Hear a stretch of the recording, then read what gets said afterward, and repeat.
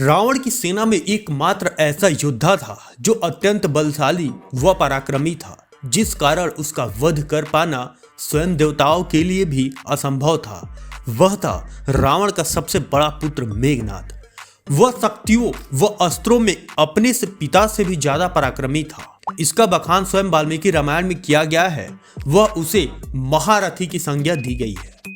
उसे भगवान ब्रह्मा, विष्णु व महेश से इतनी शक्तियां व वर प्राप्त हुए थे कि उसे कोई योगी ही परास्त कर सकता था।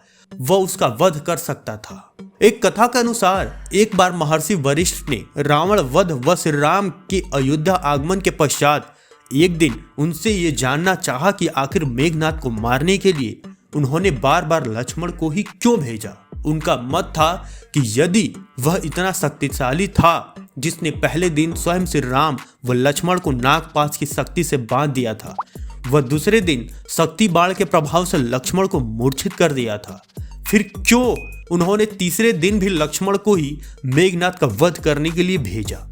इसका उत्तर स्वयं भगवान श्री राम ने ही दिया। उन्होंने बताया कि उसे ऐसे वर प्राप्त थे कि स्वयं वे भी उनका वध करने में अक्षम थे, क्योंकि उसका वध एक ऐसा सन्यासी ही कर सकता था जिसने कई वर्षों तक कठिन तपस्या की हो, वह उसकी अग्नि में तपा हो। यही सब लक्ष्मण ने 14 वर्षों के अंतराल में किया था। वह मेघनाद को मारने में सक्षम हो पाए थे। लक्ष्मण भगवान श्री राम के साथ 14 वर्षों के वनवास में जब गए थे, तब उन्होंने उर्मिला को अयोध्या में रहने का ही अनुरोध किया था। इस प्रकार उन्होंने 14 वर्षों तक ब्रह्मचर्य का पालन किया था। वह किसी पराई स्त्री का मुख तक नहीं देखा था।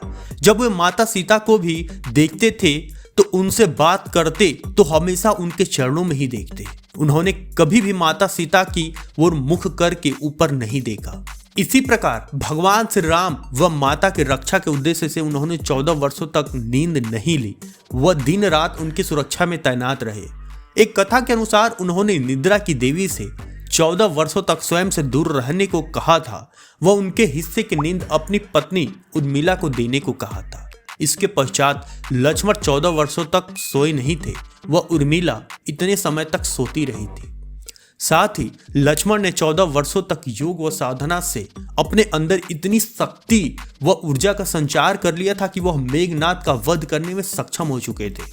यही कारण था कि मेघनाद से युद्ध करने व उसका वध करने के लिए भगवान श्री राम ने हमेशा लक्ष्मण का ही चुनाव किया। दोस्तों, आशा करते हैं जानकारी आपको पसंद आई होगी। अगर पसंद आई है तो इस वीडियो को लाइक तथा मेरे चैनल को सब्सक्राइब अवश्य करें। धन्यवाद।